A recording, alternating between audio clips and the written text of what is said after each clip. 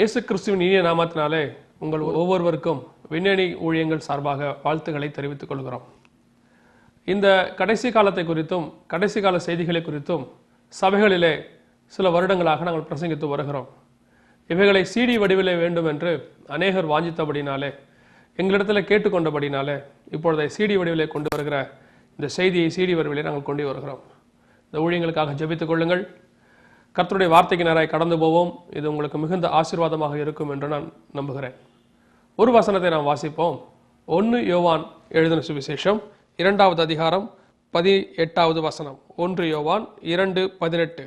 பிள்ளைகளே, இது கடைசி காலமாயிருக்கிறது. அந்தி கிறிஸ்து வருகிறான் என்று நீங்கள் கேள்விப்பட்டபடி இப்பொழுதும் அநேக அந்தி கிறிஸ்துகள் இருக்கிறார்கள்.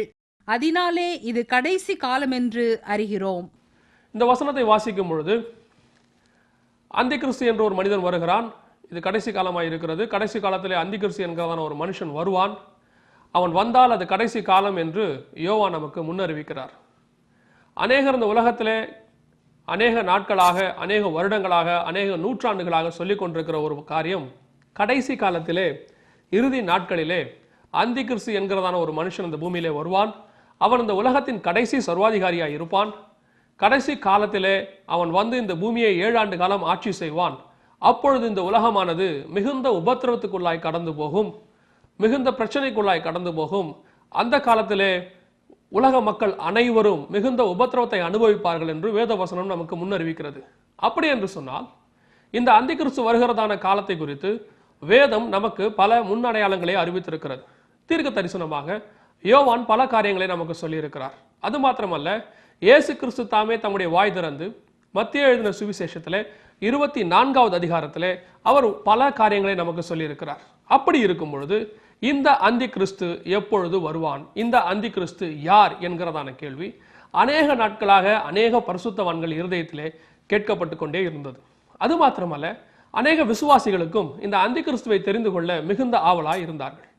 இப்பொழுது ஆண்டவர் யோவானுக்கு சொன்ன பிரகாரமாய் இது கடைசி காலமாய் இருக்கிறது, அந்தி கிறிஸ்து வருகிறான் என்று சொல்லியிருக்கிறபடினாலே இந்த அந்தி கிறிஸ்துவை குறித்து நாம் படிக்க போகிறோம். இந்த அந்தி கிறிஸ்து யார், அவன் எங்கிருந்து வருவான், இந்த கடைசி சர்வாதிகாரி எந்த இடத்திலிருந்து வருவான் என்று நாம் படிக்க போகிறோம்.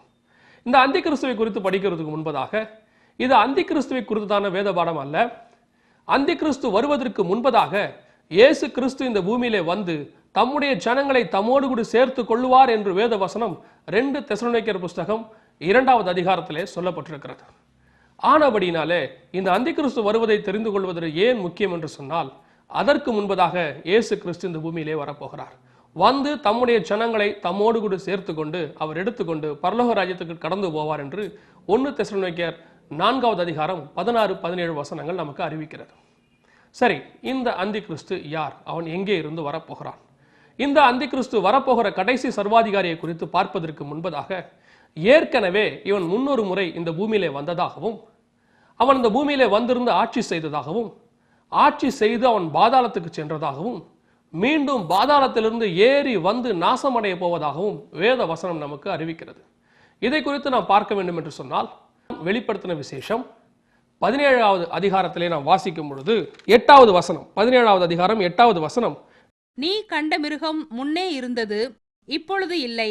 அது பாதாளத்திலிருந்து ஏறி வந்து நாசமடைய போகிறது. உலக தோற்றம் முதல் ஜீவ புஸ்தகத்தில் பேர் எழுதப்பட்டிராத பூமியின் குடிகள் இருந்ததும் இராமற் போனதும் இனி இருப்பதுமாயிருக்கிற மிருகத்தை பார்த்து ஆச்சரியப்படுவார்கள்.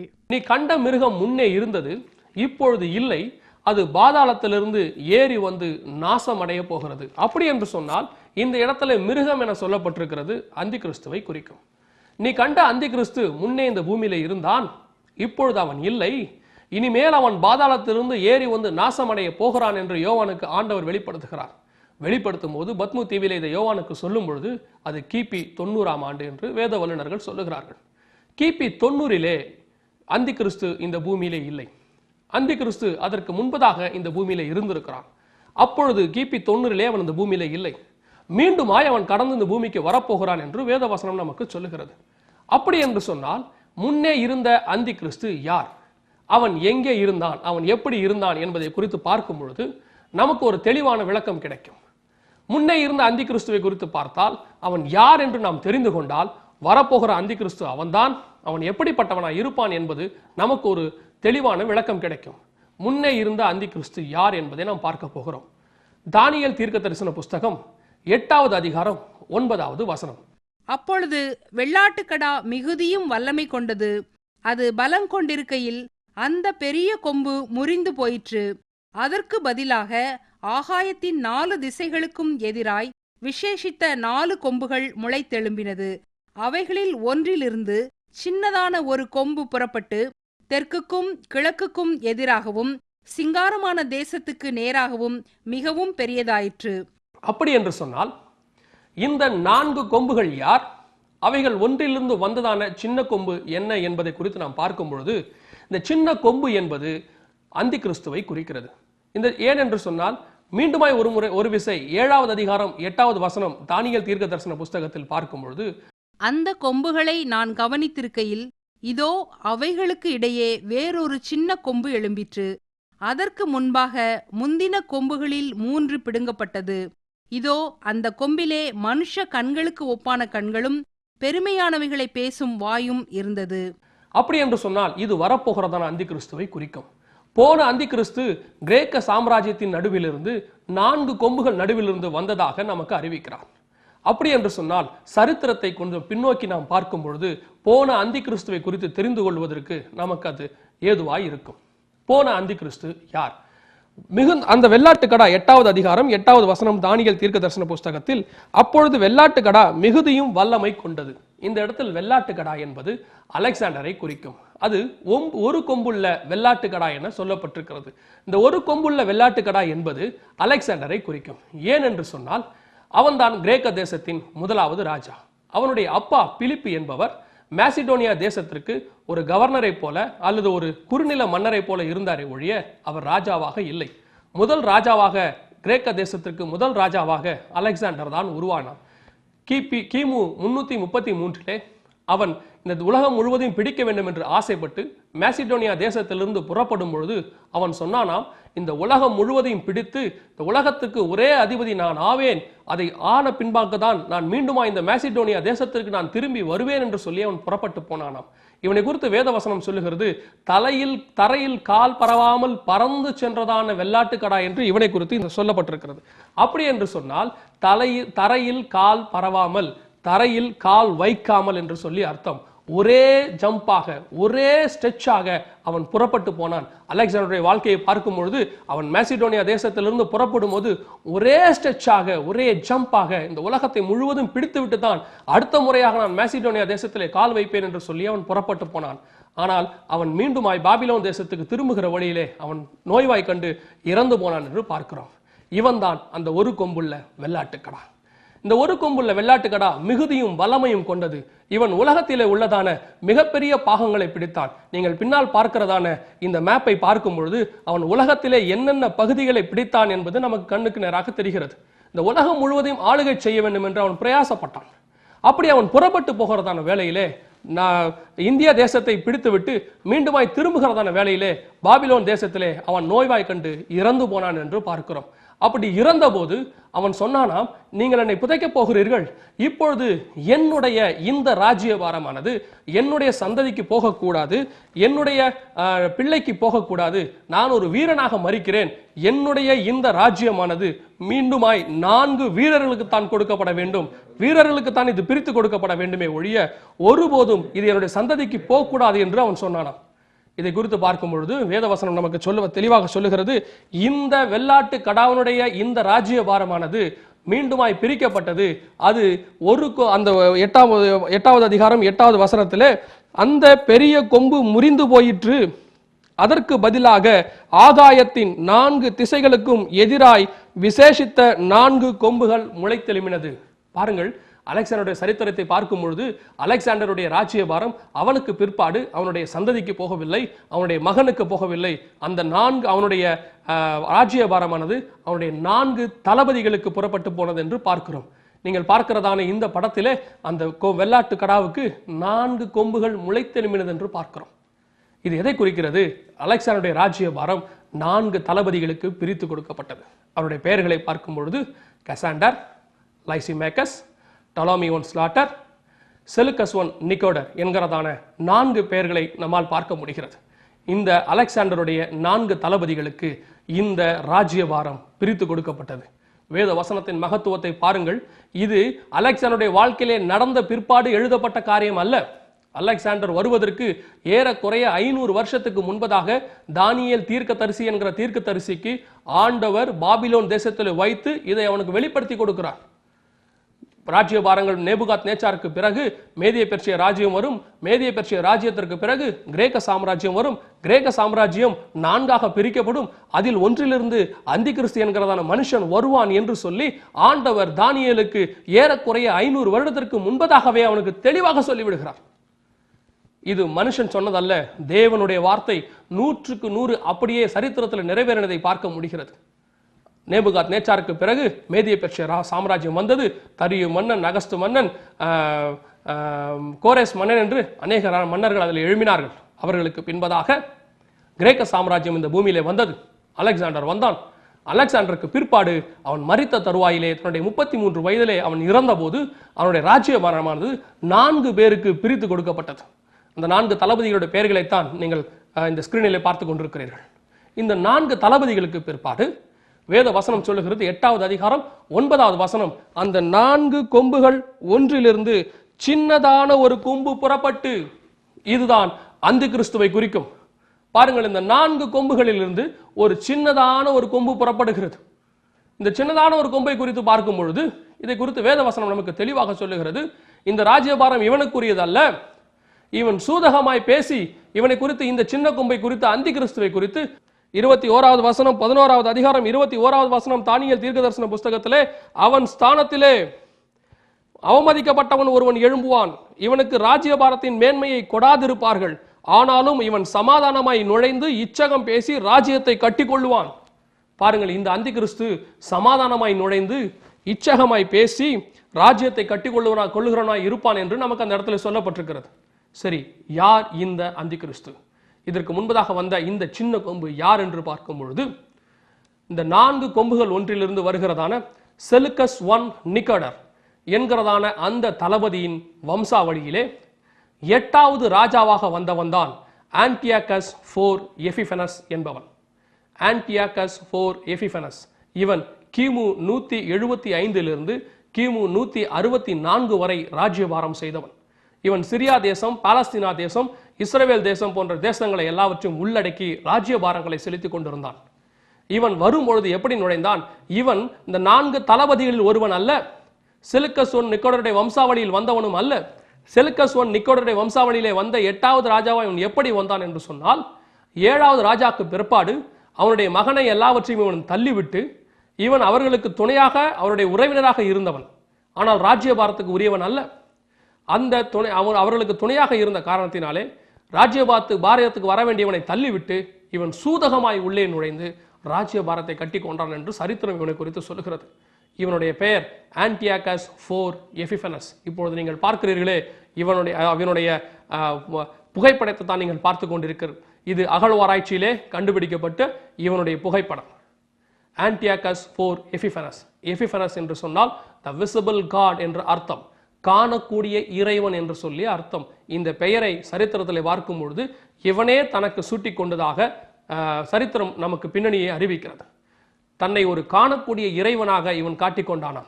2 தெசலோனிக்கேயர் 2ஆம் அதிகாரம் 6-7 வசனங்களை வாசிக்கும் பொழுது அந்தி கிறிஸ்து தன்னை தேவனாக காட்டிக்கொள்ளுவான், தேவனுக்கு மேலாக தன்னை உயர்த்துவான், தேவாலயத்திலே தேவனை போல உட்காருவான் என்று பவுல் நமக்கு முன்னறிவிக்கிறார். இவன் ஏற்கனவே தேவனை போல தன்னை காட்டிக்கொண்டவன், தேவனாக அறிவித்துக் கொண்டவன், தேவனாக தன்னுடைய பெயரை வைத்துக் கொண்டவன். அது மாத்திரமல்ல, இவன் அந்தி கிறிஸ்து என்பதற்கு ஆதாரம் அது மாத்திரமல்ல. இந்த 4 கொம்புகள் ஒன்றிலிருந்து எழும்பினதான சின்ன கொம்பு, இந்த 4 தளபதிகள் ஒரு தளபதியாக செலுக்கஸ் ஒன் நிக்கோடருடைய வம்சத்தில் 8வதாக வந்தவன் இவன் என்று பார்க்கிறோம். 17வது அதிகாரம் வெளிப்படுத்தின விசேஷத்தில் சொல்லப்பட்டிருக்கிறது. 8வது 9வது 10வது வசனங்களை வாசிக்கும் பொழுது அந்த இடத்திலே இவன் 8வதாக இருப்பான். வரப்போகிற அந்தி கிறிஸ்து 8வதாக இருப்பான். 7 ராஜாக்கள், 5 பேர் விழுந்தார்கள், ஒருவன் இருக்கிறான், இன்னொருவன் வர வேண்டும். அப்பொழுது வரும்பொழுது அந்த வேளிலிருந்து 8வதாக வருகிறவனே அந்தி கிறிஸ்து என்று யோவான் நமக்கு முன்னறிவிக்கிறார். இந்த அந்தி கிறிஸ்துவும் 8வதிலிருந்து வந்தவன் தான். 8ஆம் அவன் என்று இவனை குறித்து வேதவசனம் நமக்கு சொல்லுகிறது. சரி, போன அந்தி கிறிஸ்து 8ஆவதாய் இருந்தான், அவன் 8ஆவதாவனா என்று அறிவிக்கிறவனாய் இருப்பான் என்று வேதவசனம் சொன்னதை நாம் பார்த்தோம். இந்த அந்தி கிறிஸ்து ஆன்டியாகஸ் போர் எபிஃபனஸை குறித்து சரித்திரங்களிலே நாம் பார்க்கும் பொழுது இவன் மிகப்பெரிய ஒரு கொடுங்கோல் மன்னனாகவும் மிகப்பெரிய காரியங்களை நடப்பிக்கிறவனாகவும் தேவனுக்கு விரோதமாக செயல்படுகிறவனாகவும் இருந்தான். ஆரம்பத்திலே இவன் சிரியா தேசத்தில் இருக்கிற வரைக்கும் எந்த விதமான பிரச்சனையும் வரவில்லை. ஆனால் வேத வசனம் சொல்லுகிறது, அவைகளில் ஒன்றிலிருந்து சின்னதான ஒரு கொம்பு புறப்பட்டு தெற்குக்கும் கிழக்குக்கும் எதிராகவும் சிங்காரமான தேசத்துக்கு நேராகவும் மிகவும் பெரியதாயிற்று. இவன் தெற்குக்கு நேராக போகும்போது பிரச்சனை இல்லை, மேற்குக்கு நேராக போகும்போது பிரச்சனை இல்லை. சிங்காரமான தேசத்துக்கு நேராக வந்தபோது, எருசலேமுக்கு நேராக வந்தபோது மிகப்பெரிய பிரச்சனையை உருவாக்கினான். அப்பொழுதுதான் இவன் அந்தி கிறிஸ்துவாக மாறினான். எருசலேமுக்குள்ளே வந்தவுடன், தேவாலயத்தை பார்த்தவுடன் இவன் அந்த தேவாலயத்தை கொள்ளையிட பிரயாசப்பட்டான். தேவாலயத்தில் உள்ளதான பொன்னும் வெள்ளியையும் இவன் கொள்ளையிட்டான். அது மாத்திரமல்ல, தேவாலயத்தில் இருந்தான பிரதான ஆசாரியனை தள்ளி கொலை செய்து போட்டான். அது மாத்திரமல்ல, தனக்கு இஷ்டமானவனை அந்த இடத்துல பிரதான ஆசாரியனாக கொண்டு வந்து வைத்தான். இவனை குறித்து இன்னும் அநேக காரியங்களை நாம் சொல்ல முடியும். இவனை குறித்து நீங்கள் பார்க்க வேண்டும் என்று சொன்னால் ஏறக்குறைய 14-15 காரியங்கள் இவனை குறித்து இங்கே நாங்கள் சொல்லியிருக்கிறோம். அநேக காரியங்கள் இவன் செய்ததெல்லாம் பார்க்க முடியும். கிமு 168 இவன் தேவாலயத்தை தீட்டுப்படுத்தினான் என்று பார்க்கிறோம். தேவாலயத்தை தீட்டுப்படுத்தல் என்றால் என்ன? தேவாலயத்தை தீட்டுப்படுத்தல் என்று சொன்னால் அந்த இடத்துல ஆடையும் மாடையும் புறா குஞ்சுகளையும் பலி கொடுக்க வேண்டியதான இடத்திலே, அந்த பலிபீடத்திலே இவன் என்ன செய்தானாம்? பன்றியை கொண்டு வந்து, யூதர்கள் அருவருக்கிறதான, தேவன் அருவருக்கிறதான பன்றியை கொண்டு வந்து அந்த இடத்துல பலி செலுத்தினானாம். அந்த இடத்துல தேவனுக்காக அவன் பன்றியை பலி செலுத்த வேண்டும் என்று சொன்னானாம். அது மாத்திரமல்ல, இவன் செய்த கொடுமைகள் ஆயிரம் அநேகம் காரியங்களை நாம் சொல்லிக்கொண்டே போகலாம். இவன் என்ன செய்தானாம்? ஜியூஸ் தேவன் என சொல்லப்படுகிறதான தேவனுடைய சிலையை அங்கே கொண்டு வந்து வைத்தானாம். 3 சிலைகளை அவன் அந்த இடத்துல கொண்டு வந்து வைத்தான் என்று பார்க்கிறோம். ஒன்று ஜியூஸ் தேவனுடைய சிலை, இன்னொன்று ஜூபிடர் தேவதையுடைய சிலை, மூன்றாவது தன்னுடைய சிலையை அங்கே வைத்து அவன் வணங்க சொன்னானாம் யூதர்களை. யூதர்கள் மாத்திரமல்ல, இன்று நமக்கும் உரியது விக்கிரகங்களை வணங்குதல் தேவனுக்கு பிரியமான காரியம் அல்ல. விக்கிரகத்தை வணங்கக்கூடாது என்று கர்த்தர் நமக்கு சொல்லியிருக்கிறார். நியாயப்பிரமாண புஸ்தகத்திலே 10 கட்டளைகளிலே கர்த்தர் கொடுக்கும் பொழுது அதில் மிக முக்கியமாக விக்கிரகத்தை எனக்கு உண்டாக்க வேண்டாம், எனக்கு ஒப்பான ஒரு தேவனை உண்டாக்க வேண்டாம், எந்த தேவனை நீங்கள் நமஸ்கரிக்க வேண்டாம் என்று கர்த்தர் கட்டளை கொடுத்திருக்கிறார். வெளிப்படுத்தின விசேஷத்திலே கடைசியாக கொடுக்கப்பட்ட கட்டளை நாய்களும் சூனியக்காரரும் என்று வருகிறதான வசனத்திலே அவர் சொல்லுகிறார், விக்கிரக ஆராதனைக்காரர்கள் புறம்பாக இருப்பார்கள், அவர்கள் பரலோக ராஜ்யத்திலே பிரவேசிக்க மாட்டார்கள் என்று கர்த்தர் நமக்கு சொல்லியிருக்கிறார். இப்படியாக தேவன் வாய் திறந்து கொடுத்த முதல் கட்டளையிலும் தேவன் கடைசியாக சொன்ன கடைசி கட்டளையிலும் கர்த்தர் விக்கிரக ஆராதனையை எதிர்க்கிறார் என்று பார்க்கிறோம். இன்றளவும் யூதர்கள் விக்கிரக ஆராதனையை எதிர்க்கிறார்கள், நாமும் அதை எதிர்க்கிறோம். விக்கிரக ஆராதனையை அவர்கள் அந்த இடத்துல கொண்டு வந்து வைத்தான். ஆன்டியாகஸ் போர் எபிஃபனஸ் என்ன செய்தான்? 3 சிலைகளை அந்த இடத்துல கொண்டு வந்து வைத்தான் என்று பார்க்கிறோம். ஜியூஸ் தேவனுடைய சிலை, ஜூபிட்டர் தேவனுடைய சிலை, தன்னுடைய சிலையை வைத்து யூதர்கள் வணங்க வேண்டும் என்று கட்டாயப்படுத்தினான். அப்படி வணங்காதவர்களை, ஆண்களை கொலை செய்து போட்டான், பெண்களை அவமானப்படுத்தினான், மானபங்கப்படுத்தினான். பெற்றோர் கண்களுக்கு முன்பதாக பிள்ளைகளை கொலை செய்து போட்டான். பிள்ளைகளை தோல் உரிக்கப்பட்டதாக அநேகர் சொல்லுகிறார்கள். இப்படியாக மிகப்பெரிய கொடுமைகளை நடப்பித்தான். அது மாத்திரமல்ல, இவன் ஜியூஸ் தேவன் என்கிற தேவனுடைய சிலையை அந்த இடத்துல கொண்டு வந்து வைத்ததுதான் மிகப்பெரிய கொடுமைக்கு வழிவகுத்தது. இந்த ஜியூஸ் தேவன் யார்? இந்த ஜியூஸ் தேவன் யார் என்று பார்க்கும் பொழுது, கிரேக்க தேசத்தினுடைய சூரிய கடவுள் ஆகிய ஜியூஸ் தேவன். இப்பொழுது இருக்கிற 7 உலக அதிசயங்களை நாம் பார்த்திருக்கிறோம். இதற்கு முன்பதாக பழைய காலத்தில் 7 உலக அதிசயம் இருந்தது. அதில் ஒன்றுதான் ஒலிம்பியான் சிலை என சொல்லப்படுகிற இந்த ஜியூஸ் தேவனுடைய சிலை. அது 2 நதிகளுக்கு நடுவிலே கட்டப்பட்டதான ஒரு சிலை. அது மிகப்பெரிய சிலையாய் இருந்து உலக அதிசயத்தில் ஒன்றாக கருதப்பட்டது. அந்த ஜியூஸ் தேவனுடைய சிலையை கொண்டு போய்த்தான் இவன் தேவாலயத்தில் வைத்து இந்த தேவனைத்தான் நீங்கள் வழிபட வேண்டும் என்று வைத்தான். இந்த ஜியூஸ் தேவன் கிரேக்கர்களை பொறுத்தவரை சூரியனுடைய கடவுள், சூரிய கடவுள். சூரியனுக்கு இவர்தான் சூரியன் என்று சொல்லி அவர்கள் வணங்குவார்கள். ஞாயிற்றுக்கிழமை அவருடைய ஆராதனை நாளாக இருந்தது. சனிக்கிழமை இருந்த யூதருடைய ஆராதனை நாளை இவன் ஞாயிற்றுக்கிழமைக்கு மாற்றினான். உங்களுக்கு ஒரு சந்தேகம் வரும், அப்படி என்று சொன்னால் ஞாயிற்றுக்கிழமை ஆராதிக்கிற நாமும் இந்த ஜியூஸ் தேவனுடைய நாளை தான் ஆராதிக்கிறோமோ? நம்முடைய ஆராதனையில் தப்பா? சிலர் சொல்லுகிறபடி 7ஆம் நாள் தான் ஆராதனைக்குரிய நாளாக இருக்குமோ என்று நீங்கள் கருதுவது புரிகிறது. நம்முடைய நாள் எல்லா நாளும் கர்த்தர் நமக்கு கொடுத்திருக்கிற நாள். எல்லா நாளும் கர்த்தரை ஆராதிக்கலாம், எங்கும் கர்த்தரை ஆராதிக்கலாம். விசேஷமாக சொல்ல வேண்டும் என்று சொன்னால், புதிய உடன்படிக்கை உயிர்த்தெழுந்த ஆண்டவர் வாரத்தின் 1ஆம் நாள் உயிர்த்தெழுந்தபடியினாலே நமக்கு புதிய உடன்படிக்கை வாரத்தின் 1ஆம் நாள் ஆரம்பித்தது என்று பார்க்கிறோம். நாம் புதிய உடன்படிக்கைக்கு உரியவர்கள். நாம் நியாயப்பிரமாணத்துக்கு உரியவர்கள் அல்ல, கிருபையின் பிரமாணத்துக்கு உரியவர்கள். கிறிஸ்து வாரத்தின் 1ஆம் நாள் உயிர்த்தெழுந்து புதிய உடன்படிக்கை ஆரம்பித்து வைத்தபடினாலே நாம் ஞாயிற்றுக்கிழமை தேவனை ஆராதிக்கிறோம். ஞாயிற்றுக்கிழமை மாத்திரமல்ல, 7 நாளும் கர்த்தரை ஆராதிக்கலாம். எல்லா நாளும் கர்த்தரை ஆராதிக்கலாம். எல்லா நாளும் கர்த்தர் கொடுத்த நாள், எல்லா நாளும் நல்ல நாள் தான். இதில் கெட்ட நாள், கெட்ட நேரம், கெட்ட மணி நேரம் என்பது ஒன்றும் இல்லை. எல்லா நாளும் நல்ல நாள் தான், எல்லா நேரமும் நல்ல நேரம் தான். சரி, இந்த ஞாயிற்றுக்கிழமை ஆராதனையை இவன் கொண்டு வந்தானாம். கொண்டு வந்து யூதர்கள் யாரும் ஓய்வு நாளை அனுசரிக்க கூடாது, ஓய்வு நாளாக ஞாயிற்றுக்கிழமை தான் அனுசரிக்க வேண்டும் என்று சொல்லி இவன் செய்தானாம். இது மாத்திரமல்ல, எருசலேம் தேவாலயத்தை கடைசியிலே இவன் தீட்டுப்படுத்தினான். எருசலேம் தேவாலயத்தை எரித்தான், இடித்தான், பல காரியங்களை இவன் நடப்பித்தான். எருசலேம் நகரம் எங்கும் இரத்த வெள்ளம் ஓடினதாக சரித்திர ஆராய்ச்சியாளர்கள் சொல்லுகிறார்கள். எருசலேமின் வீடுகள் எல்லாம் தீக்கிரையாக்கப்பட்டன, கொளுத்தப்பட்டன, ஜனங்கள் எல்லாம் கொலை செய்யப்பட்டார்கள். இப்படியாக இந்த ஆன்டியோகஸ் ஓர் எபிஃபனஸ் ஒரு மாபெரும் அந்தி கிறிஸ்துவின் வேலையை நடப்பித்து முடித்தான். இவன்தான் 4 கொம்புகள் நடுவிலிருந்து வந்ததான சின்ன கொம்பு. இவனை குறித்து 11ஆம் அதிகாரம் முழுவதும் தானியேல் தீர்க்கதரிசன புஸ்தகத்திலே தெளிவாக சொல்லப்பட்டிருக்கிறது. ஒரு மனிதனை குறித்து இவ்வளவு தெளிவாக வேத வசனம் வேறு யாருக்கும் விளக்கத்தை கொடுத்ததில்லை.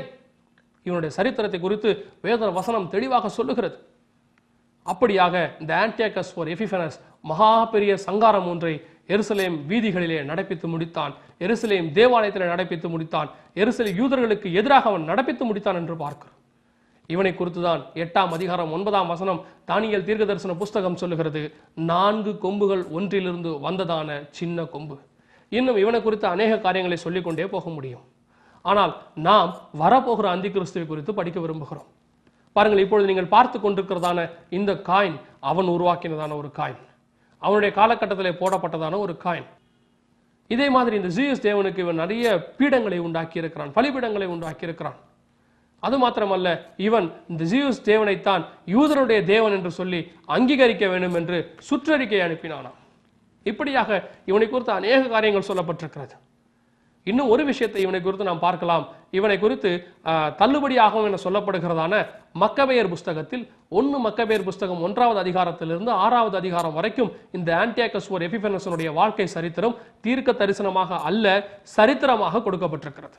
நடந்ததை அவன் காலத்திலிருந்து ஒரு மக்கபேயர் என்கிற காலத்தில் எழுதப்பட்டிருக்கிறது. இவன் எப்படி தீர்க்க தரிசனமாக முன்னறிவிக்கப்பட்டதோ அப்படியே அந்த எருசலேமுக்குள்ளே நுழைந்து தீங்குகளை நடப்பித்தான் என்று பார்க்கிறோம். இந்த ஆன்டியோகஸ் ஓர் எபிஃபனஸ் உலகம் முழுவதற்கும் ஒரே மொழி, ஒரே கலாச்சாரம், ஒரே கடவுள் இருக்க வேண்டும் என்று ஒரு உத்தரவை போட்டான் என்று 1ஆவது அதிகாரத்தில் 59ஆவது வசனத்தில் நாம் வாசிக்கிறோம் 1 மக்கபேயர் புஸ்தகத்தில். இதைத்தான் இப்பொழுது ஒன் வேர்ல்ட் ஆர்டர் என்று புதிதாக இப்பொழுது உருவாக்கி இருக்கிறார்கள். மீண்டுமாய் அந்தி கிறிஸ்து வருவதற்கு உலகம் ஆயத்தமாகி கொண்டிருக்கிறது என்பதற்கு இது மிகப்பெரிய ஒரு ஆதாரம். மீண்டுமாய் இந்த அந்தி கிறிஸ்து உலகத்திலே வரப்போகிறான். இந்த அந்தி கிறிஸ்து யார்? போன அந்தி கிறிஸ்துவின் பெயர் ஆன்டியோகஸ் ஓர் எபிஃபனஸ் என்று பார்த்தோம். இப்பொழுது மீண்டுமாய் இவனையத்தான் இந்த பூமியிலே வரப்போகிறான். இப்படி சொன்னவுடன் அநேகருக்கு ஒரு சந்தேகம் வரும். எபிரேயர் புஸ்தகத்தில் வாசிக்கிறோம், ஒரே தரம் மரிப்பதும் பின்னர் நியாய தீர்ப்படைவதும் மனுஷருக்கு நியமிக்கப்பட்டிருக்கிறபடியே. அப்படி என்று சொன்னால் இவன் ஏற்கனவே மரித்து போய்விட்டானே, இவன் எப்படி மீண்டுமாய் இந்த பூமிக்கு வருவான் என்று சொல்லி அநேகர் சந்தேகப்படலாம். நான் உங்களுக்கு வேதத்திலிருந்து ஒரு உதாரணத்தை சொல்லுகிறேன். யோவான் ஸ்நானகனை குறித்து ஆண்டவர் சொல்லுகிறார், இவன் எலியாவின் ஆவியோடு கூட வந்தான். இவன் எப்படி எலியாவின் ஆவியோடு கூட யோவான் ஸ்நானகன் இந்த பூமியிலே வந்தானோ, அதை போலவே இந்த ஆன்டியோகஸ் ஓர் எபிஃபனஸ் என்கிற ஆவியோடு கூட இந்த அந்தி கிறிஸ்து வரப்போகிற அந்தி கிறிஸ்து வரப்போகிறான். ஏனென்று சொன்னால் வெளிப்படுத்தின விசேஷம் 17ஆவது அதிகாரம் நமக்கு இதைத்தான் காட்டுகிறது. 8, 9, 10 வசனங்களை வாசிக்கும் பொழுது, இருந்ததும் இராததும் வரப்போகிறதும் ஆகிய மிருகமே. அப்படி என்று சொன்னால் இருந்தவன் இப்பொழுது இல்லை. கிபி 90 அவன் இல்லை. இனிமேல் வரப்போகிறவன் எப்பொழுது வருவான்? 1 யோவான் 2:18 சொல்லுகிறது, இவன் கடைசி காலத்திலே வருவான். இது கடைசி காலமாக இருக்கிறது என்பதற்கு ஆதாரங்களை நாங்கள் சொல்லிக் கொண்டிருக்கிறோம். அந்தி கிறிஸ்து வரப்போகிறான். சரி, இந்த ஆன்டியாகஸ் ஓர் எபிஃபனஸ் என்பவனுடைய ஆவியோடு கூட ஒரு அந்தி கிறிஸ்து வரப்போகிறான். இவன் எங்கிருந்து வரப்போகிறான்? இவன் யார் என்று சொல்லி பார்க்கும் பொழுது ஒரு சில காரியங்களை வேதத்தின் வெளிச்சத்தோடு கூட நாம் பார்க்க போகிறோம். இப்பொழுது நான் சொல்லக்கூடிய காரியங்கள் எதுவும் கற்பனையோ கட்டுக்கதையோ அல்ல. யாருடைய மனதை புண்படுத்த வேண்டும் என்கிறதான எண்ணமும் எங்களுக்கு இல்லை. ஆனால் வேத வசனம் சொல்லுகிறதை உள்ளதை உள்ளபடி சத்தியத்தை அறிவிக்காவிட்டால் எனக்கு ஐயோ என்று சொல்லப்பட்டிருக்கிறது. ஆனபடினாலே உண்மையை நாங்கள் அறிவிக்க பிரயாசப்படுகிறோம். இப்பொழுது இந்த அந்தி கிறிஸ்து எங்கிருந்து வரப்போகிற இந்த அந்தி கிறிஸ்து எங்கிருந்து வரப்போகிறான்? 17வது அதிகாரம் வெளிப்படுத்தின விசேஷத்திலே வாசிக்கும் பொழுது அந்த அதிகாரம் முழுவதும் அந்தி கிறிஸ்துவை குறித்து, வரப்போகிற அந்தி கிறிஸ்துவை குறித்து தெளிவாக சொல்லி இருக்கிறது. சிலர் எண்ணுகிறபடி வெளிப்படுத்தின விசேஷம் 13வது அதிகாரமும் வெளிப்படுத்தின விசேஷம் 17வது அதிகாரத்தில் சொல்லப்பட்ட 2 மிருகமும் ஒரே மிருகம்தான். இது 2 குறித்தும் வெவ்வேறு தரிசனம் சொல்லப்பட்டிருக்கிறது என்று அநேகர் போதிக்கிறார்கள். அது உண்மை இல்லை. ஏன் என்று சொன்னால் 17வது அதிகாரம் மிருகம் சமுத்திரத்திலிருந்து ஏறி வருவதாக 13:1-2 வசனங்களில் வாசிக்கிறோம். ஆனால் 17வது அதிகாரத்திலே கண்ட மிருகம் பாதாளத்திலிருந்து ஏறி வந்து நாசமடைய போகிறது என்று சொல்லி 8வது வசனம் சொல்லுகிறது. 17வது அதிகாரம் மிருகம் சிவப்பு நிறம் உள்ளதாக இருந்தது என்று வேதவசனம் சொல்லுகிறது. ஆனால் 13வது அதிகாரம் மிருகத்திற்கும் 17வது அதிகாரம் மிருகத்திற்கும் உள்ள ஒரே ஒத்துமை 10 கொம்புகள், 7 தலைகளும் 10 கொம்புகளும். இது 2 தான் அதற்கு உள்ள ஒரே ஒத்துமை. மற்றபடி வேறெந்த ஒத்துமையும் இதற்கு இல்லை. 13வது அதிகாரத்தை குறித்து படிப்போமானால் அது தனி தலைப்பாகிவிடும். அது இப்பொழுது நம்முடைய தலைப்பு அல்ல. இப்பொழுது நாம் பார்க்க போகிறது 17வது அதிகாரத்தின் மிருகத்தை குறித்து, அந்தி கிறிஸ்துவை குறித்து. இவன் எங்கிருந்து வரப்போகிறான்? நாம் இதை வேத கண்ணோட்டத்தோடு பார்க்கும் பொழுது வெளிப்படுத்தல் 17ஆம் அதிகாரம் 3ஆம் வசனம், ஆவிக்குள் என்னை வனாந்தரத்திற்கு கொண்டு போனான். அப்பொழுது 7 தலைகளையும் 10 கொம்புகளையும் உடையதும் தூஷணமான நாமங்களால் நிறைந்ததுமான சிவப்பு நிறமுள்ள மிருகத்தின் மேல் ஒரு ஸ்திரீ ஏறி இருக்க கண்டேன். அப்படி என்று சொன்னால் 7 தலைகள் உள்ளதான மிருகத்தின் மேலே இந்த ஸ்திரீ உட்கார்ந்திருக்கிறாள். 7 தலைகள் என்றால் என்ன என்று பார்க்கும் பொழுது 9வது வசனம் 17வது அதிகாரம் வெளிப்படுத்தின விசேஷம் சொல்லுகிறது, ஞானமுள்ள மனம் இதிலே விளங்கும். அந்த 7 தலைகளும் அந்த ஸ்திரீ உட்கார்ந்திருந்த 7 மலைகளாம். இந்த 7 மலைகள் மேல் உட்கார்ந்திருக்கிறதான ஸ்திரீ. நீங்கள் நான் இதை சொன்னவுடன் 7 மலை மேல் இருக்கிற ஸ்திரீ என்றுடன் உங்கள் கற்பனை வேறு இடத்திற்கு போகக்கூடாது. நான் சொல்லுகிறதை நன்றாக கவனியுங்கள். 7 மலை மேல் இருக்கிறதான ஸ்திரீ. ஸ்திரீ என்றால் சபை. ஸ்திரீ என்றால் அந்த காலத்திலே ராஜ்யபாரம் பண்ணின சபை என்று சொல்லி 17வது அதிகாரம் 18வது வசனம் சொல்லுகிறது, நீ கண்ட ஸ்திரீயானவள் பூமியின் மேல் ராஜாக்கள் மேல் ராஜ்யபாரம் பண்ணுகிற மகா நகரமாம். அப்படி என்று சொன்னால் 7 மலைகள் மேல் உட்கார்ந்திருக்கிறதான ஒரு நகரம், 7 மலைகள் மேல் அமர்ந்திருக்கிறதான ஒரு நகரம் என்று சொல்லப்பட்டிருக்கிறது. இன்றும் வேத வசனத்தை குறித்து பார்க்கும் பொழுது 7 மலைகள் மேல் உள்ள நகரம் என்று நாம் எதை பார்ப்போம் என்று சொன்னால் ரோம் நகரத்தை தான் பார்க்க முடியும். இது வசனம் சொல்லும் பொழுது கிபி 90 பூமியின் மேல் ராஜாக்கள் மேல் ராஜ்யபாரம் பண்ண மகா நகரம் எனப்படுவது ரோம் நகரம். அப்பொழுது ரோம சாம்ராஜ்யம் இந்த பூமியிலே நடந்து கொண்டிருந்தது. ரோம சாம்ராஜ்யம் ஆட்சி பீடம் பண்ணி கொண்டிருந்தது. இந்த 7 மலைகள் மேலுள்ள நகரம், 7 மலைகள் மேலுள்ள நகரம் என்பது ரோம் நகரத்தை குறிக்கிறது. பாருங்கள், இந்த 7 மலைகள் மேலுள்ள நகரத்திலிருந்து அந்த மிருகம் வருகிறது. அப்படி என்று சொன்னால் 7 மலைகள் மேலுள்ள நகரம் என்று சொன்னால் ரோம் என்று பார்த்தோம். ரோம் நகரத்திலிருந்து இந்த மிருகம், இந்த அந்தி கிறிஸ்து வருகிறது என்று வேத வசனம் மிக தெளிவாக நமக்கு சொல்லுகிறது. இது கட்டுக்கதை அல்ல, வேத வசனத்தில் கொடுக்கப்பட்டிருக்கிறதான விளக்கம். ரோம் நகரத்திலிருந்து இந்த மிருகம் வரப்போகிறது. இன்னொரு உதாரணம், இவன் ரோம் நகரத்திலிருந்து தான் வருவான் என்பதற்கு இன்னொரு உதாரணத்தை நான் உங்களுக்கு சொல்ல விரும்புகிறேன். தானியேல் தீர்க்க தரிசன புஸ்தகத்தில் 9வது அதிகாரத்தை திருப்பிக் கொள்ளுங்கள். அதில் 26வது வசனமும் 27வது வசனத்தை நாம் வாசிக்கும் பொழுது, அந்த 62 வாரங்களுக்கு பின்பு மேசியா சங்கரிக்கப்படுவார், இயேசு கிறிஸ்து சங்கரிக்கப்படுவார். ஆனாலும் தமக்காக அல்ல, அவருக்காக அல்ல, பூமியில் உள்ள சகல ஜனங்களுடைய பாவத்தை மன்னிக்கும்படி இயேசு கிறிஸ்து மரித்தார். நகரத்தையும் பரிசுத்த ஸ்தலத்தையும் வரப்போகிற பிரபுவின் ஜனங்கள் அழித்து போடுவார்கள். வரப்போகிற பிரபுவின் ஜனங்கள் நகரத்தை அழித்து போடுவார்கள் என்று சொன்னால் கிபி 70 தீத்து ராயன் என சொல்லப்படுகிறதான ஒரு ராயனுடைய தலைமையின் கீழ், தீத்து ராயன் என சொல்லப்படுகிற ஒரு ராயனுடைய தலைமையின் கீழ் ரோம படையானது எருசலேம் நகரத்துக்குள்ளே பிரவேசித்து நகரத்தையும் எருசலேம் தேவாலயத்தையும் அழித்து போட்டது என்று பார்க்கிறோம். மசாடா என சொல்லப்படுகிற கடைசி கோட்டையும் விழுந்து போனதாக ஜோசபஸ் என்கிறதான சரித்திர ஆராய்ச்சியாளர் நமக்கு அறிவிக்கிறார். ஜோசபஸ் என்பவர் ஆராய்ச்சியாளர்கள் எல்லோராலும் அங்கீகரிக்கப்பட்டதான ஒருவர். அவர் தேவ மனுஷன் அல்ல, அவர் உலக பிரகாரமான ஒரு மனிதர். அவர் உலக பிரகாரமான ஆராய்ச்சிகளை மேற்கொண்டு பல சரித்திர உண்மைகளை வெளியே கொண்டு வந்தவர். அவர் சொல்லுகிறார், மசாடா கோட்டை தான் கடைசியாக ரோமர்களால் தீத்து ராயன் தலைமையின் கீழ் உடைக்கப்பட்டதாக அவர் சொல்லுகிறார். இந்த கிபி 70 ரோமர்கள் வரப்போகிற பிரபுவின் ஜனங்கள் என்று சொன்னால், வரப்போகிற பிரபு என்பது அந்தி கிறிஸ்துவை குறிக்கும். வரப்போகிற பிரபு அந்தி கிறிஸ்துவின் ஜனங்கள் ரோமர்கள் என்று சொன்னால், ரோமர்களுடைய தலைவன் ரோமனாகத்தான் இருக்க வேண்டும். இது உலகத்திலே பார்க்கக்கூடியதான ஒரு உண்மை. அமெரிக்காவின் ஜனாதிபதிக்கு ஒரு அமெரிக்கர் தான் போட்டியிட வேண்டும் என்று அமெரிக்கர்கள் சொல்லுகிறார்கள்.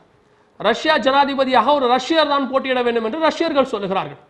சில தேசங்களிலே இது மாறலாம், ஆனால் பெரும்பான்மையான தேசங்களிலே அந்த நாட்டு பிரஜை, அந்த நாட்டு சிட்டிசன் தான் தலைவராக வர வேண்டும். வரப்போகிற பிரபுவின் ஜனங்கள் ரோமர்கள் என்று சொன்னால், வரப்போகிற பிரபு ஆகிய அந்தி கிறிஸ்துவும் ஒரு ரோமனாகத்தான் இருக்க வேண்டும். இது அவன் ரோமன் என்பதற்கு இரண்டாவது ஆதாரத்தை நாம் பார்க்கிறோம். இந்த ரெண்டு ஆதாரங்களை குறித்து நாம் பார்க்கும் பொழுது, இந்த அந்தி கிறிஸ்து ஒரு ரோமனாய் இருப்பான், அவன் ரோம சாம்ராஜ்யத்திலிருந்து வருவான், 7 மலைகள் உள்ளதான நகரத்திலிருந்து அவன் புறப்பட்டு வருவான் என்று பார்க்கிறோம். சரி, இந்த அந்தி கிறிஸ்து உட்கார்ந்திருக்கிற 7 மலைகளை பாருங்கள். இதுதான் அந்த 7 மலைகளுடைய பெயர்கள். இப்பொழுதும் இந்த மலைகள் அந்தி கிறிஸ்துவுக்காக காத்து கொண்டிருக்கிறது. இதில் பார்க்கும் பொழுது இந்த ரோம் நகரத்திலிருந்து இந்த அந்தி கிறிஸ்து ராஜ்யபாரம் பண்ண வரப்போகிறான் என்று பார்க்கிறோம். அந்தி கிறிஸ்து ரோமனாய் இருப்பான் என்று நாம் பார்த்தோம். இந்த அந்தி கிறிஸ்து ரோமனாய் இருப்பான் என்று சொல்லி நாம் பார்த்து கொண்டிருக்கிற இந்த வேளையிலே, இந்த அந்தி கிறிஸ்து யாராய் இருப்பான் என்று சொல்லி அநேக யுகங்களை சொல்லுகிறார்கள். ஒரு சிலர் என்னிடத்தில் விதமாய் சொன்னார்கள், கண்டிப்பாய் அந்தி கிறிஸ்து யூதாஸ் காரியத் தான் பிரதர் என்று சொன்னார்கள். நான் ஏன் என்று சொல்லி அவரிடத்தில் விளக்கங்களை கேட்கும் பொழுது, அந்தி கிறிஸ்துவை குறித்து பவுல் 2 தெசலோனிக்கேயர் 2ஆம் அதிகாரத்தில் அவன் கேட்டின் மகன் என்று அறிவிக்கிறார். இதே காரியத்தை, இதே பெயரை யூதாஸுக்கு ஆண்டவர் வேதத்திலே சொல்லுகிறார், கேட்டின் மகனாகிய அப்படின்னு அவனை பற்றி சொல்றார். உடனே சொல்லிட்டாங்க, யூதாஸ் தான் அந்தி கிறிஸ்து, அவன் தான் பாதாளத்துக்கு போயிட்டான், திருப்பி அவன் தான் ஏறி வர போறான். இந்த ஒரு காரியத்தை வைத்து நாம் யூதாஸ் தான் அந்தி கிறிஸ்து என்று பார்க்க முடியாது. யூதாஸ் நிச்சயமாய் ஒரு ரோமன் இல்லை, முதலாவதாக. இரண்டாவதாக, அந்தி கிறிஸ்து யூதாஸாய் இருக்க வாய்ப்பில்லை.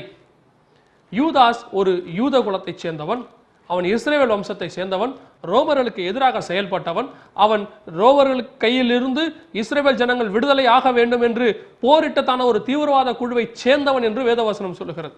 அப்படிப்பட்டவன் தான் மனம் திரும்பி ஆண்டவரிடத்தில் வந்து சேர்ந்தான் என்று வேத வல்லுநர்கள் சொல்லுகிறார்கள். அப்படி என்று சொன்னால் யூதாசும் இல்லை. இரண்டாவதாக இது யாராய் இருக்கும் என்று சொல்லி பார்க்கும் பொழுது, அநேகருடைய எண்ணங்களிலே ஓடுகிறதான இன்னொருவர் ஜூலியஸ் சீசர். இவர் ரோம சாம்ராஜ்யத்தை ஸ்தாபித்தவர், உருவாக்கினவர். கிமு 164 இவர் ரோம சாம்ராஜ்யத்தை உருவாக்கினவர் என்று பார்க்கிறோம். இவராகத்தான் இருக்கும் என்று சொன்னார்கள். ஏன் என்று சொன்னால், இவர் யூதர்களுக்கு விரோதமாக அநேக காரியங்களை நடப்பித்தவர். இவர் ரோமன், நிச்சயமாக இவர்தான் என்று சொன்னார்கள். நிச்சயமாக ஜூலியஸ் சீசர் நிச்சயமாக அந்தி கிறிஸ்து இல்லை. ஏன் என்று சொன்னால், அந்தி கிறிஸ்துவுக்கு உரியதான மற்ற எந்த குணாதிசயமும் இந்த ஜூலியஸ் சீசருக்கு பொருந்தவில்லை. இந்த ஒரு ரோமன் என்கிற ஒரு காரியத்தை வைத்து மாத்திரம் அவன் அந்தி கிறிஸ்துவாய் இருப்பான் என்று நாம் சொல்லக்கூடாது. ஜூலியஸ் சீசர் இந்த உலகம் முழுவதையும் ஆட்சி பண்ண வேண்டும் என்று பிரயாசப்பட்டாலும், இவர் தன்னுடைய சிலையை வைத்து ஜனங்கள் வழிபட வேண்டும் என்கிறதான ஒரு உத்தரவை பிறப்பித்திருந்தாலும், இவர் ஏற்கனவே வந்த சின்ன கொம்பு ஆகிய 4 கொம்புகளில் ஒன்றிலிருந்து சின்ன கொம்பு வந்தான் என்று பார்க்கிறோம் அல்லவா? அந்த வசனத்துக்கு இவர் ஒத்து போகவில்லை. ஜூலியஸ் சீசர் நிச்சயமாக அந்தி கிறிஸ்து இல்லை. சரி, வேறு யாராக இருக்கும் என்று பார்க்கும் பொழுது ஒரு சிலர் சொல்லுகிறார்கள், நீரோ மன்னனாய் இருப்பான். ஏன் என்று சொன்னால், சரித்திரத்தில் பார்க்கும் பொழுது கிறிஸ்தவர்களை அதிகமாக கொடுமைப்படுத்தினவன் இந்த நீரோ மன்னன். நீரோ மன்னனை குறித்து ஒரு பழமொழி கூட உண்டு. ரோம் நகரம் பற்றி எரியும் பொழுது அவன் பிடில் வாசித்துக் கொண்டிருந்தான் என்று சொல்லுவார்கள். இந்த நீரோ மன்னன் அப்படிப்பட்டதான ஒரு மனிதன், ஒரு மன்னன். இவன் என்ன செய்வானாம், இவன் நடந்து போகிற பாதைகளிலே வெளிச்சம் உண்டாக்க வேண்டும் என்பதற்காக அடிமைகளாக பிடிக்கப்பட்டதான கிறிஸ்தவர்களை, ரட்சிக்கப்பட்டவர்களை அடிமைகளாக அங்கே இருப்பார்கள். இயேசு கிறிஸ்துவை ஏற்றுக்கொண்டது நிமித்தம் அவர்கள் சிறைவாசம் அனுபவித்துக் கொண்டிருப்பார்கள். அப்படிப்பட்டவர்களை இவன் போகிறதான வழிகளிலே இருக்கிற மரங்களிலே கட்டி வைத்து அவர்களை எரிய விடுவானான். அந்த வெளிச்சத்தில் நடப்பது தனக்கு ரொம்ப பிடிக்கும் என்று நீரோ மன்னன் எழுதி வைத்திருக்கிறான். இப்படிப்பட்ட கொடுமையை இவன் நடப்பித்தவன் என்று பார்க்கிறோம்.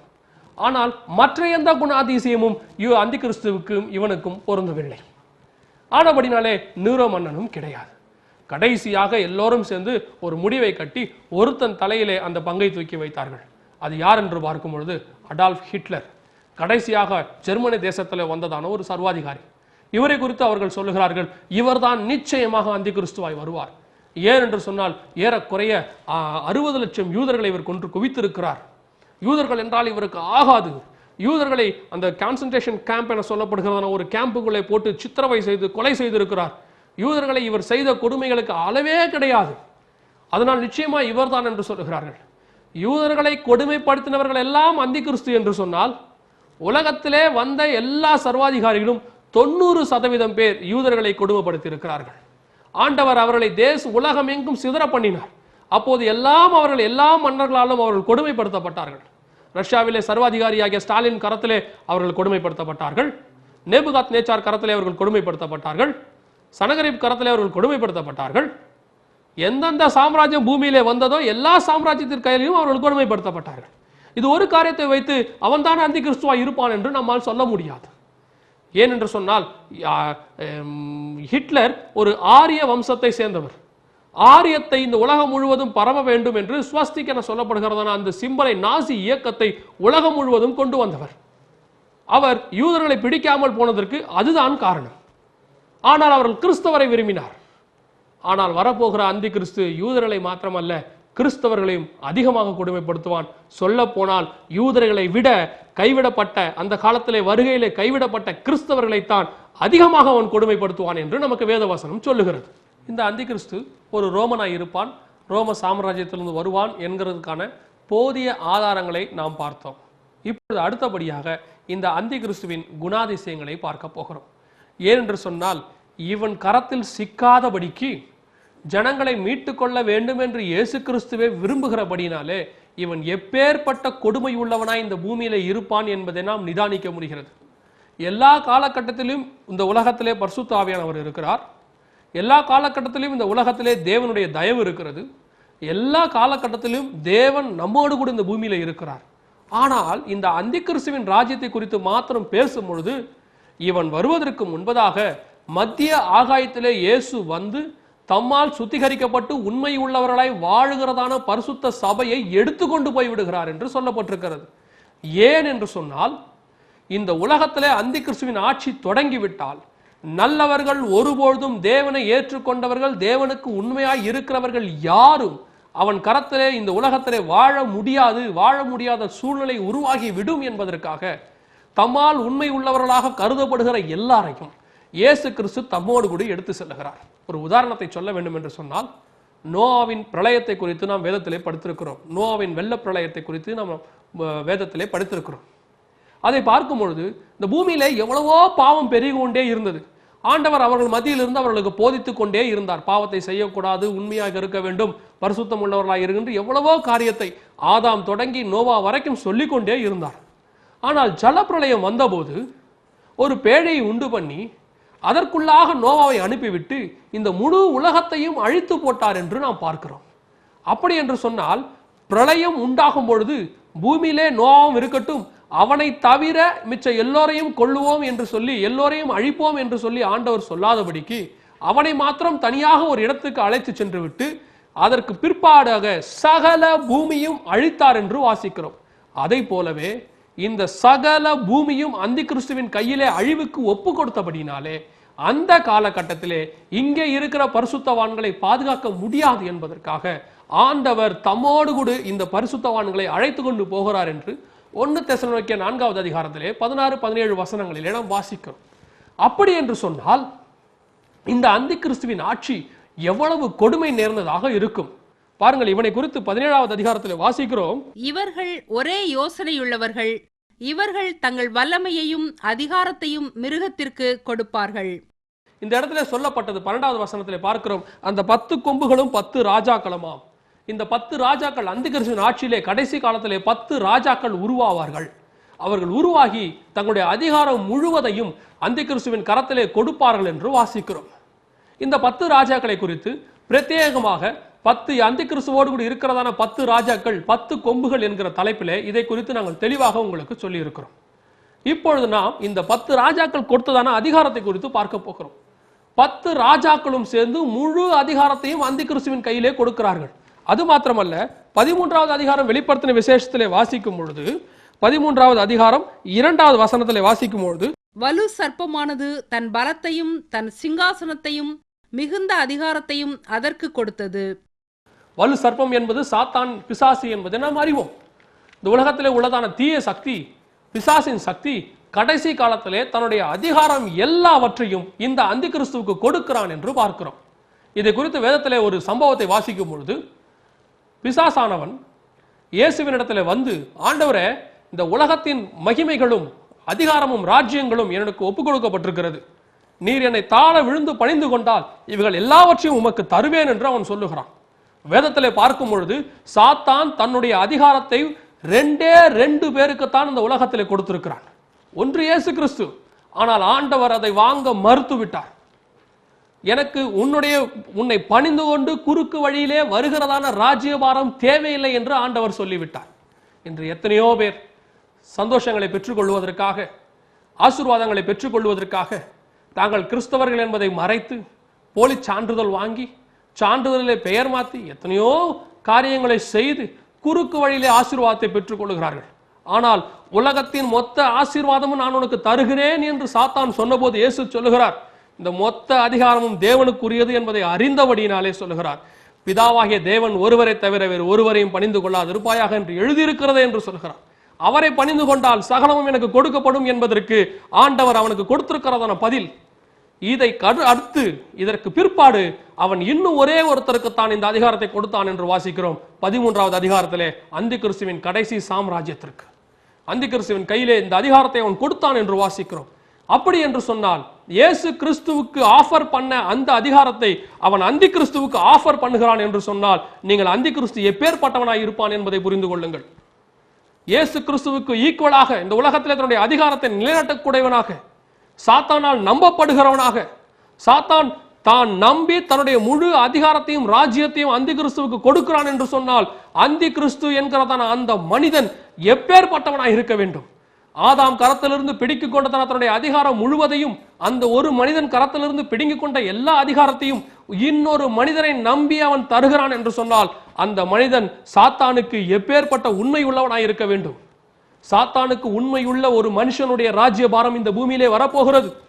சாத்தானுக்கு உண்மையுள்ள ஒரு மனுஷனுடைய ஆளுகையானது இந்த உலகம் முழுவதையும் ஆளுகை செய்ய போகிறது. இந்த இடத்துல பார்க்கும் பொழுது சாத்தானுடைய அதிகாரம் இவனுக்கு கிடைக்கிறது. 17வது அதிகாரத்தில் நாம் வாசித்தோம் 10 ராஜாக்களுடைய அதிகாரம். அது என்று எதை குறிக்கிறது சொன்னால் இந்த உலகத்திலே உள்ளதான மக்களுடைய ஆதரவு. சாத்தானுடைய அதிகாரம் அவனுக்கு கொடுக்கப்படுகிறது, மக்களுடைய ஆதரவு அவனுக்கு கொடுக்கப்படுகிறது. அது மாத்திரம் அல்ல, இந்த உலகத்தின் உள்ள சகல மகிமையும் அவன் கரத்தில் கொண்டு போய் கொடுக்கப்படுகிறது.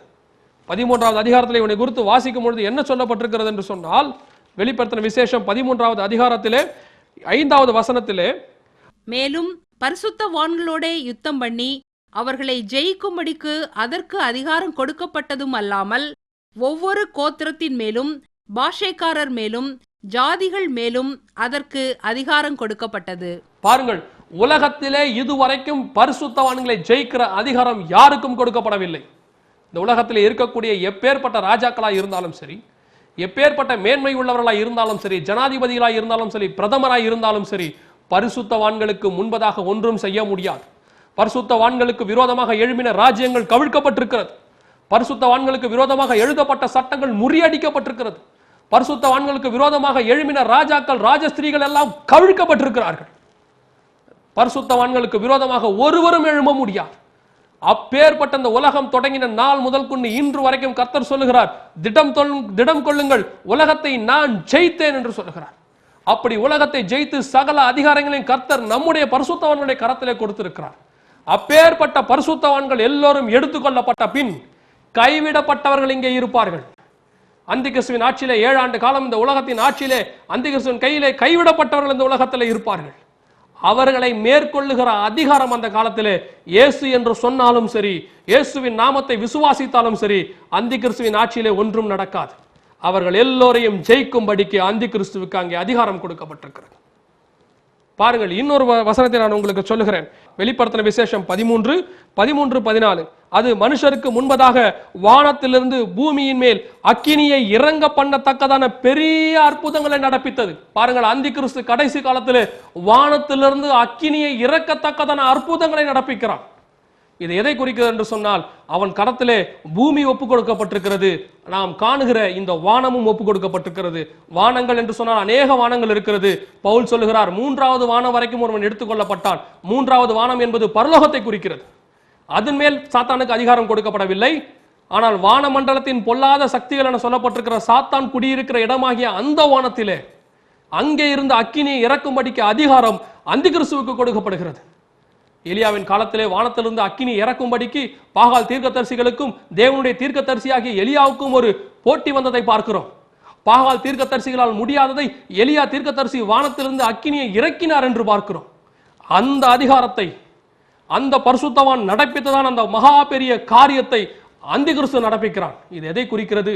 அந்திகிறிஸ்துவுக்கு வானமும் ஒப்பு கொடுக்கப்படுகிறது, பூமியும் ஒப்பு கொடுக்கப்படுகிறது. சாத்தான் அதிகாரத்தை கொடுக்கிறான், மனுஷர் தயவு இருக்கிறது. இதை மீறி அவனை எதிர்த்து ஒரு ஆத்துமா இந்த உலகத்திலே வாழ முடியுமா? இன்னும் சொல்ல போனால் பாருங்கள், 13வது அதிகாரம் 14வது வசனம், மிருகத்திற்கு முன்பதாக அற்புதங்களை செய்யும்படிக்கு தனக்கு கொடுக்கப்பட்ட சத்துவத்தினாலே பூமியின் குடிகளை மோசம் போக்கி பட்டயத்தினாலே காயம்பட்டு பிழைத்த அந்த மிருகத்திற்கு ஒரு சொரூபம் பண்ண வேண்டும் என்று பூமியின் குடிகளுக்கு சொல்லிற்று. மேலும் அந்த மிருகத்தின் சொரூபம் பேசத்தக்கதாகவும் மிருகத்தின் சொரூபத்தை வணங்காத யாவரையும் கொலை செய்யத்தக்கதாகவும் மிருகத்தின் சொரூபத்திற்கு ஆவியை கொடுக்கும்படி அதற்கு சத்துவம் கொடுக்கப்பட்டது. பாருங்கள், அந்த காலத்தில் ஆவியை கொடுக்கக்கூடிய சத்துவம் யாருக்கு கொடுக்கப்படுகிறது? அந்திகிறிஸ்துவுக்கு கொடுக்கப்படுகிறது. அந்திகிறிஸ்துவோடு கூட இருக்கிறதான கள்ள தீர்க்கதரிசிக்கு கொடுக்கப்படுகிறது. ஆவியை கொடுக்கத்தக்கதான சத்துவம். இது எதை குறிக்கிறது? இந்த காலத்தில் நீங்கள் பார்க்கிறீர்கள், மனுஷன் உருவாக்க முயற்சி செய்து கொண்டிருக்கிறான். குளோனிங் மெத்தட் என்கிற முறையிலே மனுஷன் உருவாக்கி கொண்டிருக்கிறான். இதை காட்டிலும் மேலாக சொரூபத்திற்கு ஆவியை கொடுக்க இந்த காலத்தில் பாருங்கள், ரோபோக்கள் பேச வைக்கிறார்கள், ரோபோக்களை பாட வைக்கிறார்கள், ரோபோக்களை நடக்க வைக்கிறார்கள். கடைசியாக ரோபோக்கள் நாம் சொல்வதை புரிந்து கொண்டு பதில் சொல்ல வைத்திருக்கிறார்கள். நீங்கள் நினைக்கிறீர்களா, ரோபோக்கள் என்று சொன்னால் உடனே ஜப்பான்ல இருக்கிற ஏதோ ரோபோ, சைனால இருக்கிற ஒரு ரோபோ இல்லைங்க. ஏடிஎம் மிஷினுக்கு முன்னாடி போய் நிற்கிறீங்களா? போய் நின்ன உடனே வெல்கம்னு சொல்லுதா? அவங்கள பார்த்து ஒரு கார்டை போட்ட உடனே கேட்ட கேள்விக்கு அது பதில் சொல்லுதா? பேலன்ஸ் எவ்வளோன்னு கேட்குறீங்க, அதுக்கு உடனே அது பேலன்ஸ் காட்டுதா? இது ஒரு வகையான ரோபோ தாங்க. இது இன்னும் டெவலப் ஆகி கொண்டே இருக்கிறது. இப்பொழுது பேசுகிற ஏடிஎம் மிஷின் எல்லாம் வந்து விட்டது. இப்பொழுது பதில் சொல்லக்கூடிய ஏடிஎம் மிஷின் எல்லாம் வந்து விட்டது. இப்பொழுது ரோபோக்களுக்கு ஆவியை கொடுக்கும்படிக்கு அந்திகிறிஸ்து தயாராகி கொண்டிருக்கிறான். பாருங்கள், இந்த உலகத்திலே அவன் உருவாக்கக்கூடிய அளவுக்கு வந்து விட்டான். இது எதை குறிக்கிறது என்று சொன்னால், ஆவியை கொடுக்கக்கூடிய உருவாக்கக்கூடிய அதிகாரம் பிதாவுக்கு உண்டு. அதை அவன் எடுத்துக்கொள்கிறான். வானத்திலிருந்து அக்கினியை இறக்கக்கூடிய அதிகாரம் தேவனுடைய தீர்க்கதரிசிகளுக்கு உண்டு. அதையும் அவன் எடுத்துக்கொள்கிறான். வலு சர்ப்பம் தன் அதிகாரத்தை கிறிஸ்துவுக்கு கொடுக்கிறதுக்கு முற்பட்டான். அந்த அதிகாரத்தையும் அவன் பெற்றுக்கொள்கிறான். இது எதை குறிக்கிறது என்று சொன்னால், பிதா, குமாரன், பரிசுத்த ஆவியானவர் 3 பேரும் இந்த பூமியிலே செய்தான காரியங்கள் எல்லாவற்றையும் அவன் தன்னுடைய கையில வைத்துக் கொள்ளுகிறான். உருவாக்குறான், ஆவியை கொடுக்கிறான். இன்னும் சொல்ல போனால் கிறிஸ்துவுக்கு உண்டான எல்லா அதிகாரங்களும் இந்த உலகத்தில் அவன் எடுத்துக்கொள்கிறான். இப்பொழுது சொல்லுங்கள், இப்பொழுது நினைத்து பாருங்கள், இந்த அந்தி கிறிஸ்துவின் ஆட்சியிலே நம்மால் அவனை எதிர்த்து நிற்க முடியுமா? அவனை எதிர்த்து நிற்க நம்மால் முடியுமா? அதனால தானே பரலோகம் நமக்கு ஒரு வழியை ஆயத்தம் பண்ணி வைத்திருக்கிறது. அதனால தானே ஒரு வழியை பரலோகம் நமக்கு உண்டு பண்ணி வைத்திருக்கிறது. அவன் வருவதற்கு முன்பதாகவே நாம் இந்த உலகத்தை கடந்து போக போகிறோம். இந்த உலகத்தை விட்டு பறந்து போக போகிறோம். இந்த உலகத்தை விட்டு கிறிஸ்துவின் வருகையிலே நாம் எடுத்துக்கொள்ளப்பட போகிறோம். கிறிஸ்துவின் வருகையில எடுத்துக்கொள்ளப்படுவதற்கு முன்பதாக அந்தி கிறிஸ்து ஒருபோதும் இந்த பூமியிலே வரமாட்டான் என்று பவுல் நமக்கு தெளிவாக 2 தெசலோனிக்கேயர் 2ஆம் அதிகாரத்திலே சொல்லி வைத்திருக்கிறார். அவன் நாம் இந்த பூமியை விட்டு எடுத்துக்கொள்ளப்பட்ட பின் இந்த பூமியிலே அந்தி கிறிஸ்து வரப்போகிறான். அதற்காகத்தான் இந்த பரிசுத்தவான்களுக்கு ஏறக்குறைய 2000 வருடங்களாக அவர்களுக்கு இவ்வளவு காலங்கள் பரிசுத்தவான்களுக்கு கொடுக்கப்பட்டிருக்கிறது, சபைக்கு கொடுக்கப்பட்டிருக்கிறது. நீடிய பொறுமை 2 பேதுரு 3ஆவது அதிகாரத்தில் வாசிக்கிறோம். தாமதிக்கிறார் என்று சொல்லுகிறவர் தம்முடைய வாக்கு தத்தத்தை குறித்து தாமதமாயிராமல் எல்லாரும் ரட்சிக்கப்பட வேண்டும் என்று விரும்புகிறாராம். உங்கள் உறவினர்கள், நீங்கள், உங்கள் சொந்தக்காரர்கள், நண்பர்கள் எல்லாரும் ரட்சிக்கப்பட வேண்டும் என்று கர்த்தர் விரும்புகிறார். அதற்காகத்தான் இவ்வளவு காலகட்டம் போய் கொண்டிருக்கிறது, இவ்வளவு ஆண்டுகள் ஓடிக்கொண்டே இருக்கிறது. நீங்க நினைக்கிறீங்களா எங்க தாத்தா காலத்துல இயேசு வரேன்னு சொன்னார், எங்க பாட்டி காலத்துல இயேசு வரேன்னு சொன்னாங்க, எங்க அப்பா காலத்துல சொன்னாங்க, என் காலத்திலையும் சொல்றாங்க, இன்னும் சொல்லிக்கிட்டு தான் உண்மை சொல்லிக் கொண்டுதான் இருந்தார்கள். ஆனால் இது கடைசி காலம். ஏன் இவ்வளவு காலம் உங்களுக்கு கொடுக்கப்பட்டிருக்கிறது? எல்லாரும் ரட்சிக்கப்பட வேண்டும். இந்த ஒரு ரட்சிப்பை இழந்து போனால் இன்னொரு பாக்கியம் நமக்கு கிடையாது, இன்னொரு மீட்பு நமக்கு கிடையாது, இன்னொரு முறை நாம் எடுத்துக்கொள்ளப்பட முடியாது. ஒரே தரம் தான் நமக்கு கொடுக்கப்பட்டிருக்கிற மீட்பு. இயேசு கிறிஸ்து தாமே ஆரவார சத்தத்தோடும் பிரதான தூதனுடைய சத்தத்தோடும் தேவ எக்காலத்தோடு கூட கர்த்தர் வரப்போகிறார். அப்படி வருகிறவர்களை மாத்திரம் அப்படி வரும்பொழுது தமக்கு பரிசுத்தம் உள்ளவர்களாய், உண்மை உள்ளவர்களாய், நீதி உள்ளவர்களாய், தம்மால் முத்திரைக்கப்பட்டவர்களாய் கர்த்தர் எவரை காணுகிறாரோ அந்த சபையை எடுத்துக்கொண்டு போக போகிறார். பின்பு எல்லோரும் கைவிடப்பட போகிறார்கள் இந்த பூமியிலே. அதற்கு பிற்படாக அந்தி கிறிஸ்துவின் கையில் இருந்து அவர்களை யாராலும் காப்பாற்ற முடியாது. அப்பேற்பட்ட மகா மகா மகா சர்வாதிகாரி இந்த பூமிக்கு வந்து கொண்டிருக்கிறான். நாம் என்ன செய்ய போகிறோம்? இந்த இயேசுக்கு, இந்த அந்தி கிறிஸ்துவின் கையில் இருந்து தப்பிப்பதற்கு நாம் என்ன செய்ய போகிறோம்? ஒரே வழி தான் இருக்கிறது. ஆண்டவராகிய இயேசு கிறிஸ்து. இயேசு சொல்லுகிறார், நானே வழி. இந்த அழிவிலிருந்து தப்பிப்பதற்கு ஒரு வழி உண்டு என்று சொன்னால் அது இயேசு கிறிஸ்துவின் வழி. இயேசு கிறிஸ்துவை அல்லாமல் தப்பிப்பதற்கு வேறு வழி இல்லை. இயேசு கிறிஸ்துவின் ரத்தத்திலே பாவம் மன்னிக்கப்பட்டால் ஒழிய இந்த அந்தி கிறிஸ்துவின் கரத்திலிருந்து தப்பிக்கப்பட முடியாது. இயேசு கிறிஸ்துவின் ரத்தம் நம்முடைய பாவங்களை நீக்கி சுத்திகரித்து நம்மை கர்த்தரோடு கூட வைத்துக் கொள்கிறது. நாம் எடுத்துக்கொள்ளப்பட போகிறோம். இயேசு கிறிஸ்துவின் ரத்தத்தினாலே கழுவப்பட்டு மூழ்கிய ஞானஸ்நானத்தை பெற்றுக்கொண்டு பரிசுத்த ஆவியின் அபிஷேகத்தை பெற்றுக்கொண்டு கர்த்தரோடு கூட உண்மையாக வாழ்கிற எல்லோரும் அவருடைய வருகையில எடுத்துக்கொள்ளப்படுவார்கள் என்று வேதவசனம் சொல்லுகிறது. பிரியமானவர்களே, இவ்வளவு நேரம் நீங்கள் வரப்போகிற ஒரு சர்வாதிகாரியை குறித்து கேள்விப்பட்டீர்கள், அவனை குறித்து பார்த்தீர்கள், சில ஆதாரங்களையும் பார்த்தீர்கள். இந்த அந்தி கிறிஸ்துவின் கையில் நீங்கள் சிக்கிக்கொள்ளத்தான் வேண்டுமோ? இந்த அந்தி கிறிஸ்துவின் கையிலிருந்து நீங்கள் விடுதலையாக விரும்புகிறீர்களா? அவன் கையிலிருந்து நீங்கள் மாட்டிக்கொள்ளாமல் தப்பித்துக் கொள்ள விரும்புகிறீர்களா? கர்த்தர் உங்களுக்கு ஒரு சந்தர்ப்பத்தை வைத்திருக்கிறார். இன்று இந்த இயேசுவை நீங்கள் ஏற்றுக்கொண்டால், அவருடைய இரத்தத்தினாலே என் பாவத்தை மன்னியும் ஆண்டவரே என்று நீங்கள் அறிக்கை செய்வீர்களானால், இயேசுவே என் பாவத்தை மன்னியும் என்று ஒரு வார்த்தை அறிக்கை செய்வீர்களானால், கர்த்தர் உங்கள் பாவத்தை மன்னிக்க இப்பொழுது சித்தமாயிருக்கிறார். இந்த செய்தியை கேட்டு, இதை கேட்டு, இந்த இயேசு எனக்கு வேண்டும், இந்த அந்தி கிறிஸ்துவின் ஆட்சியை நான் சிக்கிக்கொள்ள விரும்பவில்லை, நான் இயேசுவோடு கூட பறந்து போக விரும்புகிறேன், நான் இயேசுவோடு கூட இருக்க விரும்புகிறேன் என்று சொல்வீர்கள் என்று சொன்னார்.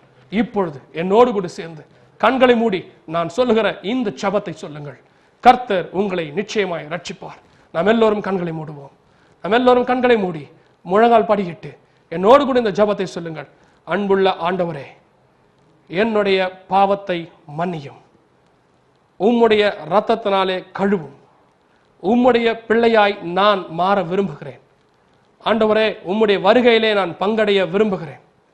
ஆண்டவரே, இந்த அந்தி கிறிஸ்துவின் கையிலே சிக்கிக்கொள்ள நான் விரும்பவில்லை. இயேசு கிறிஸ்துவின் வருகையிலே நான் பறந்து போக விரும்புகிறேன். ஆண்டவரே, என்னுடைய பாவத்தை கழுவி உம்முடைய பிள்ளையாய் இந்த நாளிலிருந்து என்னை மாற்றும். என்னையும் என் குடும்பத்தையும் நீர் வழி நடத்தும். இயேசு கிறிஸ்துவின் மூலம் ஜெபிக்கிறோம் பிதாவே, ஆமென்.